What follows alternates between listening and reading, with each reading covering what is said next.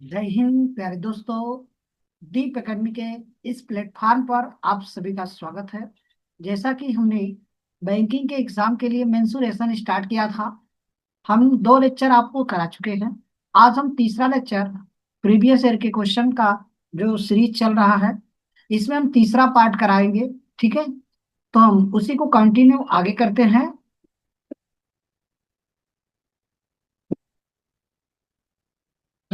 हमने second lecture में हम दूसरा तक 10 क्वेश्चन आपको करा चुके थे। आज हम 11th नंबर का क्वेश्चन देखते हैं। क्वेश्चन नंबर क्या है आपका 11th नंबर का? यदि एक वृत्त की त्रिज्या और आयत की लंबाई का अनुपात आपको 1 और 4 है। एक वृत्त की त्रिज्या और आयत की लंबाई का अनुपात आपको दिया हुआ है, और आयत की परिधि आपको 8 सेंटीमीटर दिया है। यदि वृत्त की परिधि 44 सेंटीमीटर है, तो आयत का क्षेत्रफल आपसे पूछ रहा है कितना होगा। जबकि हमको वृत्त की त्रिज्या अर्थात सर्कल,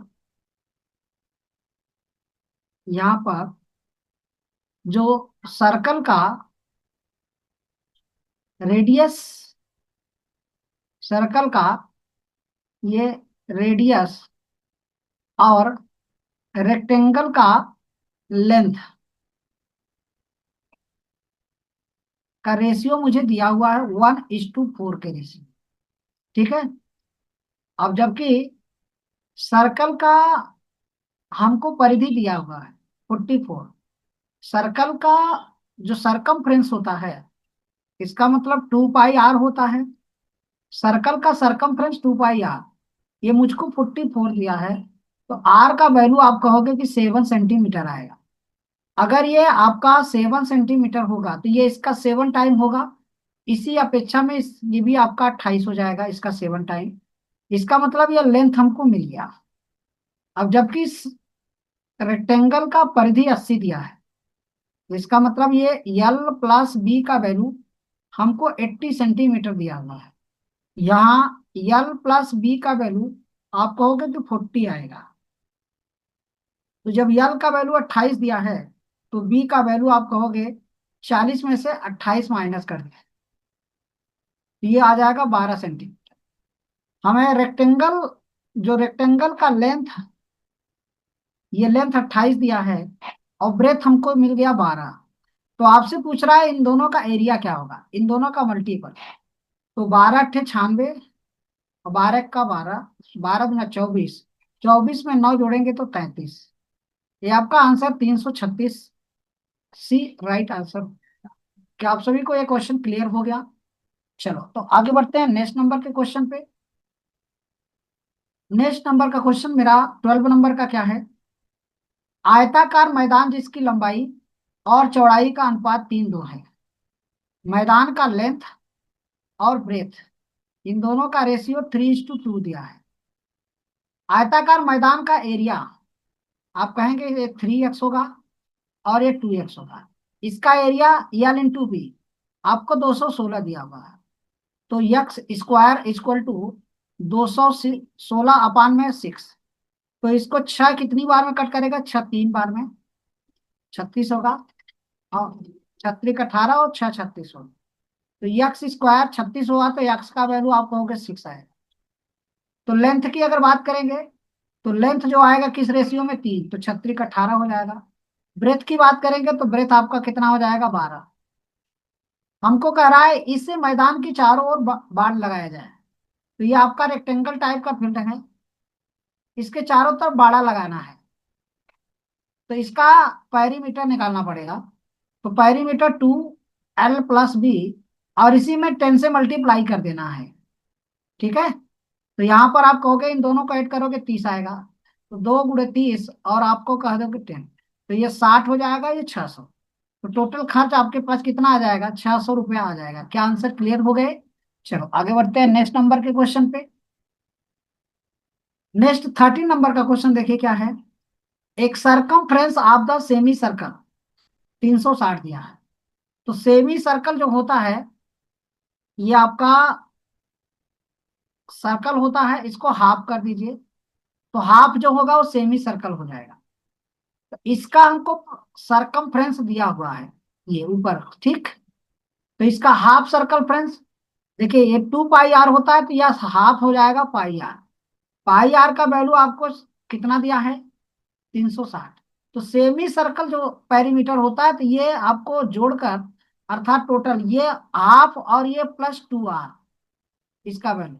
तो आपको ये फार्मूला के हिसाब से ये वैल्यू डायरेक्ट निकाल दे रहे हैं, 36 R/7 होता है सेमी सर्कल का पेरीमीटर। 36 से 36 चला जाएगा तो आर का वैल्यू आपको मिलेगा 70। अगर आर का 70 है, यहाँ पर वर्ग की भुजा इसके व्यास का, इस अर्धवृत्त के व्यास अर्थात इसका डबल। आप कहोगे व्यास जो ए साइड है वो 2 R है, अर्थात ए का वैल्यू 140 का कितना, 3/4, 3/5। तो 5 इसको कितनी बार में कट करेगा, 5 दूनी 10 हो जाएगा, 5 अट्ठे 40। ए का वैल्यू आप कहोगे कि 84 आ जाएगा, ए का वैल्यू 84। तो इस वर्ग का परिमाप आपसे पूछा जा रहा है, तो ए स्क्वायर है, इसका परिमाप आपसे पूछ रहा है। इसका परिमाप, परिमाप जो होता है 4 ही होता है, अर्थात A × 84। 4 चौके 16, 8 चौके 32, 32 और एक 33, answer 336। Option number B will be right answer. क्या क्वेश्चन क्लियर हो गए? चलो आगे बढ़ते हैं नेक्स्ट नंबर के क्वेश्चन पे। नेक्स्ट नंबर का क्वेश्चन 14 नंबर का है। दो आयत की लंबाइयों का अनुपात 4:5 है। तो एक आयत की लंबाई, ये देखिए लंबाई हो गई, दो आयत है, इसकी लंबाई L1 और इसकी लंबाई L2। इन दो लंबाइयों का अनुपात आपको दिया है 4 और 5। लंबाई का अनुपात क्या दिया है, 4 और 5। अब इन दोनों की चौड़ाई का अनुपात, ये B1 और B2, ये इनकी चौड़ाइयों का अनुपात 3 और 2 दिया है। ठीक है, जबकि आयत की परिधि, दूसरे आयत की जो परिधि है, इसका मतलब ये L1 + L2 आपको दिया है 37, इसका आधा, जबकि उसकी लंबाई और चौड़ाई से 13 सेंटीमीटर अधिक है। इसकी लंबाई जो चौड़ाई से 13 सेंटीमीटर अधिक है। इसको सॉल्व करोगे ये कट जाएगा तो ये 12 होगा। इन दोनों को प्लस करोगे तो आएगा 50। तो यल का वैल्यू आपको मिलेगा 25। अगर यल का वैल्यू 25 है तो आप कहेंगे कि बी का जो वैल्यू आएगा, ये 37 में से 25 माइनस कर, आप कहेंगे कि यहाँ पर आपके पास 12 आ जाए, तो ये वैल्यू आपको, बी का वैल्यू 12।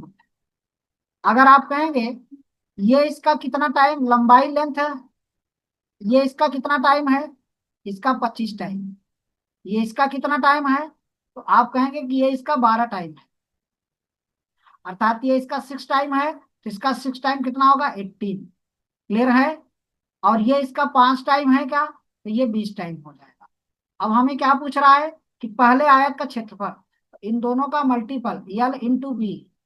ठीक है, तो 18 × 36 360 हो जाएगा। क्या क्लियर हो गया क्वेश्चन? चलो आगे बढ़ते हैं नेक्स्ट नंबर के क्वेश्चन पे। नेक्स्ट हमारा क्वेश्चन है, एक आयत की लंबाई और वर्ग की भुजा का अनुपात 5 और 4 है, तथा आयत की चौड़ाई और वर्ग की भुजा का अनुपात 1 और 2 है।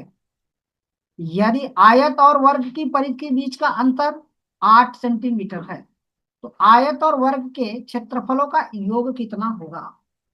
ठीक है, देखिए आयत की लंबाई और वर्ग की भुजा, ये आयत की लंबाई है और वर्ग की भुजा ए, इन दोनों में रेशियो 5 और ये 4 का दिया हुआ है। जबकि आयत की चौड़ाई और वर्ग की भुजा का अनुपात, आयत की चौड़ाई बी और वर्ग की भुजा, वर्ग की जो भुजा है वो आपको 2 दे रहा है। यहाँ पर 1 और 2 का रेशियो दे रहा है। ठीक है, यदि आयत और वर्ग की परिधि के बीच का अंतर, अब देखिए यहाँ पर वर्ग की भुजा कितना है, 4, तो यहाँ पर ये कितना होगा, तो ये 4 होना चाहिए। तो इसको 2 बना दो और इसको 4 बना दो। अब आपस में दोनों क्लियर हो गए।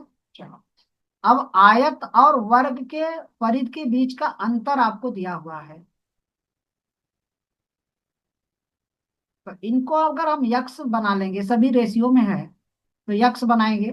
तो ये देखिए, आयत और वर्ग की परिधि, आयत का परिधि क्या होता है, ये 2l+b, माइनस वर्ग का परिधि ये 4a, इक्वल में आपको 8 दिया हुआ है। क्या दिया है, 8 दिया हुआ, ठीक है। तो यहाँ इसका लेंथ कितना है, 5, और ये कितना है, तो आप कहेंगे 2, और ये यल का वैल्यू आपको कितना मिलेगा, 5। तो 5 और 2 कितना हो जाएगा, 7 यक्स, माइनस आपको ये वैल्यू कितना दिया है, 4। तो 4 चौके कितना हो जाएगा, 16।